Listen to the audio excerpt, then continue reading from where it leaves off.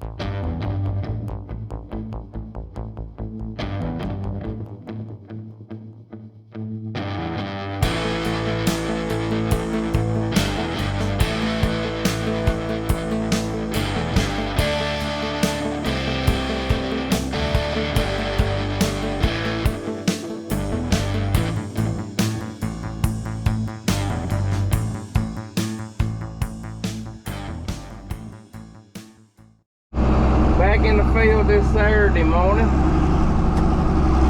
on a rolling hill farm, and I mean rolling hill farm in West Tennessee. We planted that field right there last Thursday. Yesterday was Friday, and we sprayed all day Friday getting this burnt down out. Yes, I know the field is green, but that's some of that all natural cover crop. That's the kind that don't cost no money, which I ain't exactly crazy about Poana, but anyways, it has been sprayed. You can see them yellow weeds got their little heads drooping. See, we was going to spray Thursday, and we got over here and got to spraying, and wind got up, and I decided, well, we better park it, so I started planting Thursday. And I come over here and I done a little more dirt work than I intended to, push some trees back in some spots and stuff, because over there on the far side of the field, things was pretty tight with the sprayer. So I pushed some trees back, got that situation under control. 30 acres over here in 30 acres over here in 4 fields.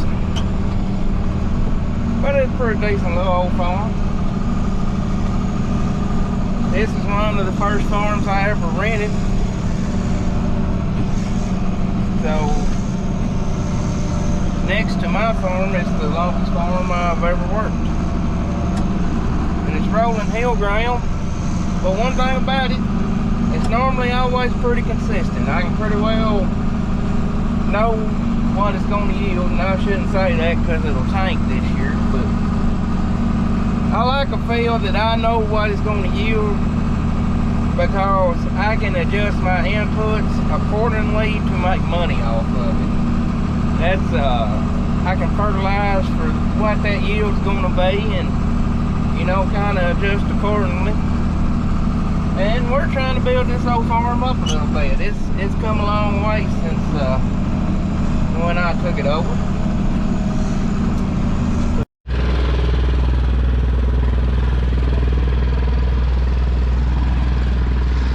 Good. Now I gotta get back in the tractor and turn it off where I don't waste no fertilizer.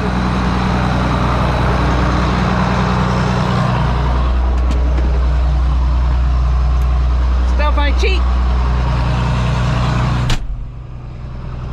but I'd rather waste it a little bit and make sure every row is putting out as to have one row that ain't getting fertilizer.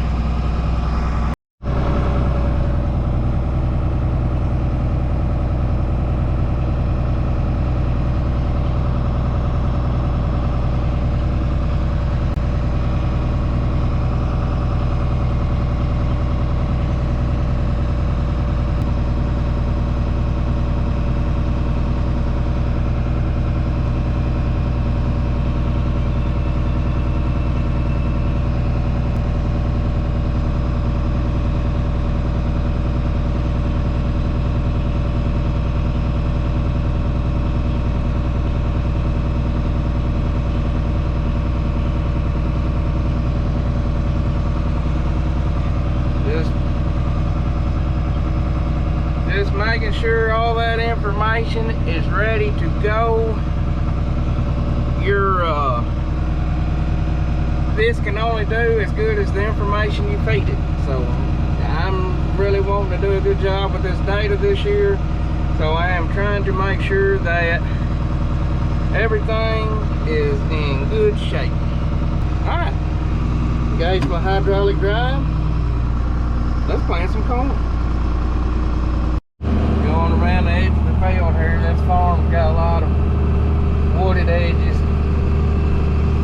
There's where Robert took the front dozer blade, and limbs that fall out of the field, that's where Robert took the front dozer blade and pushed them out of the field for us, where we ain't got to pull around them.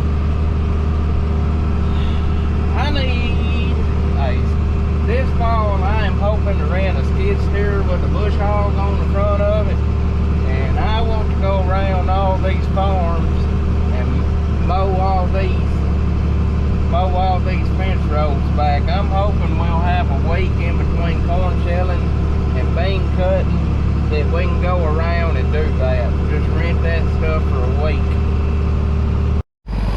Let's get out and check some seed depth. It's gonna be hard to, this farm, you got hard spots and soft spots. Yeah, I can already tell I ain't putting it deep enough. The depth is set where it needs to be. I'm pretty sure it's a down pressure issue. I bet I can grab one of these wheels there. Yep, see that? Right there, that's a down pressure issue. Ain't enough weight on the wheels. See what we got here.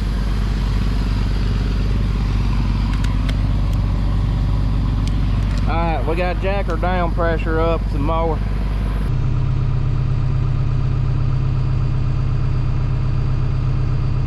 Yeah, we need more down pressure. So let's set it on 40 pound of air. We'll plant up here about, get up to planting speed, plant 100, 200 foot, check it again.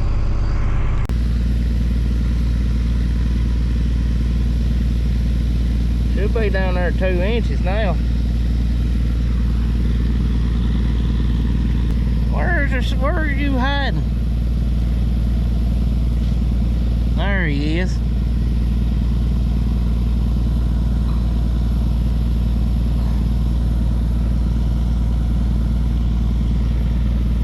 He down there where he belongs now. There's a few tricks I've used over the years to kind of learn on the down pressure.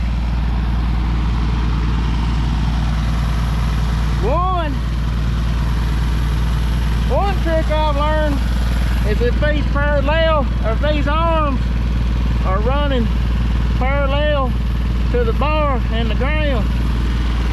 There's a reason they call them parallel arms. A lot of times, if you ain't got enough down pressure on it, your row units will be slightly higher than the bar. But when you put enough down pressure on it, they're level. And on the same token, if they're down like that, you probably got too much pressure on them. And another thing is them row cleaners. Now it's got a little more moisture over here next to the fence row. You see how them row cleaners are plowing a little more?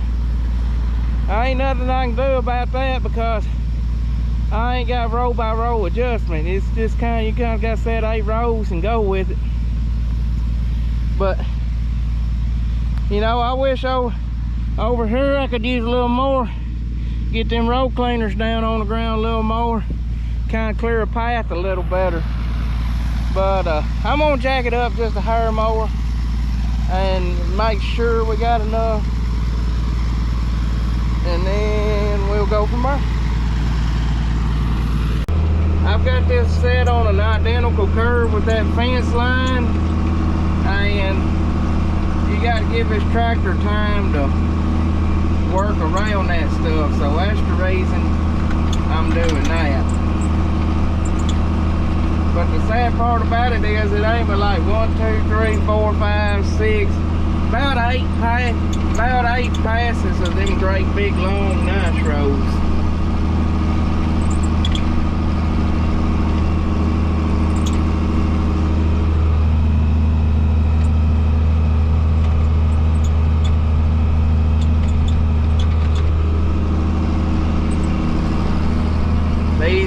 All these darn tree lines and stuff messes with the GPS sometimes too.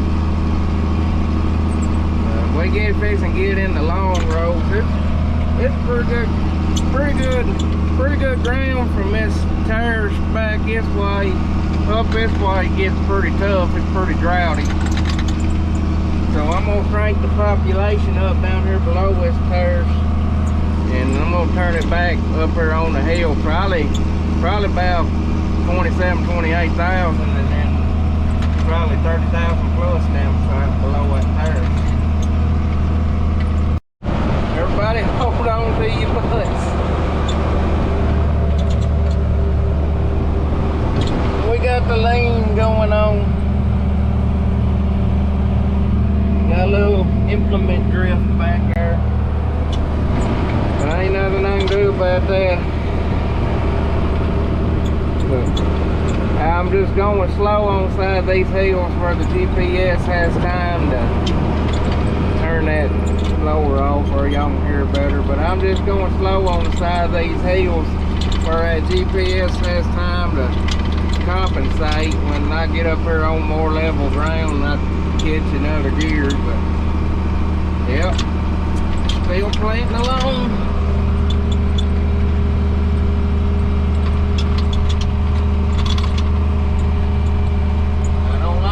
On this farm, be time to move on to another one. No-till ain't always the prettiest. Got a pit stop. Why are you acting goofy? Taking her a little bit to warm up.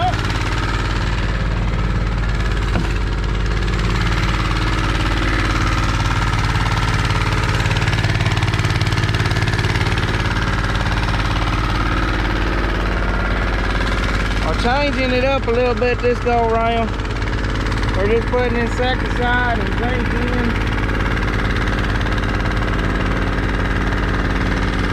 We're leaving the snake juice out to see if it makes a difference or not. And got some insecticide in there, zinc insecticide. We're also leaving the fungicide out because this ground's good and dry. So we're not going to put it in there. Hey, you want to start sucking it down faster than that.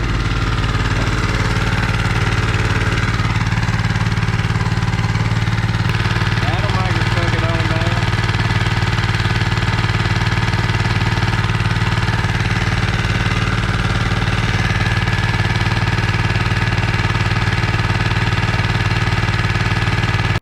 down. Good on seed. That's about the end of this variety. We'll have the early season corn planted, and we'll be swapping to our a little longer maturity corn. What we're doing, we're trying to get all these little patches planted this weekend, and then we're gonna try to hit it pretty hard. Try to hit it pretty hard Monday. Trying to say it's 109-day corn, and we'll be swapping to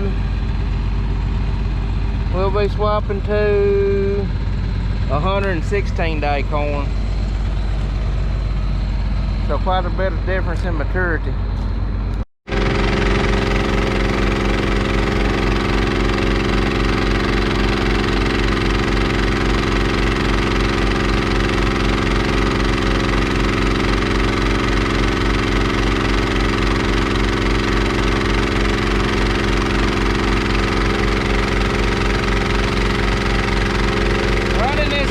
Fertilize really slow.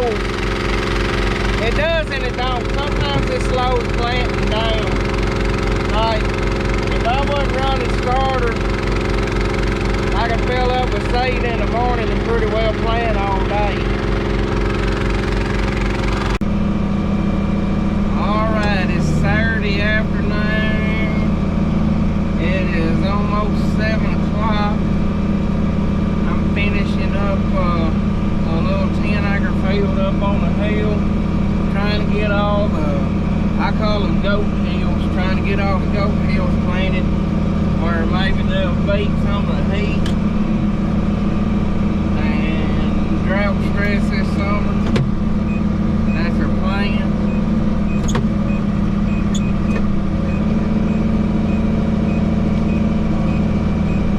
Guys, this darn monitor, it just never shuts up. I'm sick of hearing it. I'm trying to decide when I get this done how froggy I feel.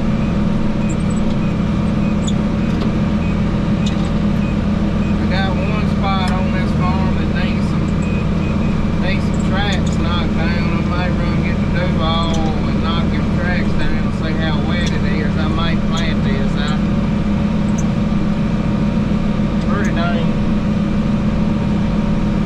Pretty tired. These darn little short roads, they get old.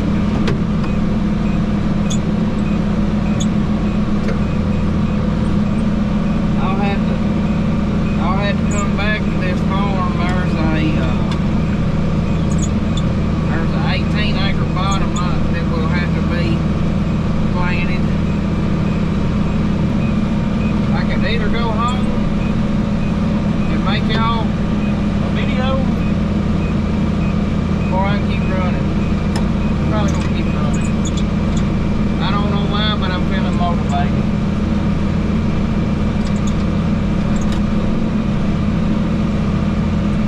We're gonna run at least till dark. Well, there's another field. Another field finished. Average population 29,276 is what we put on that farm.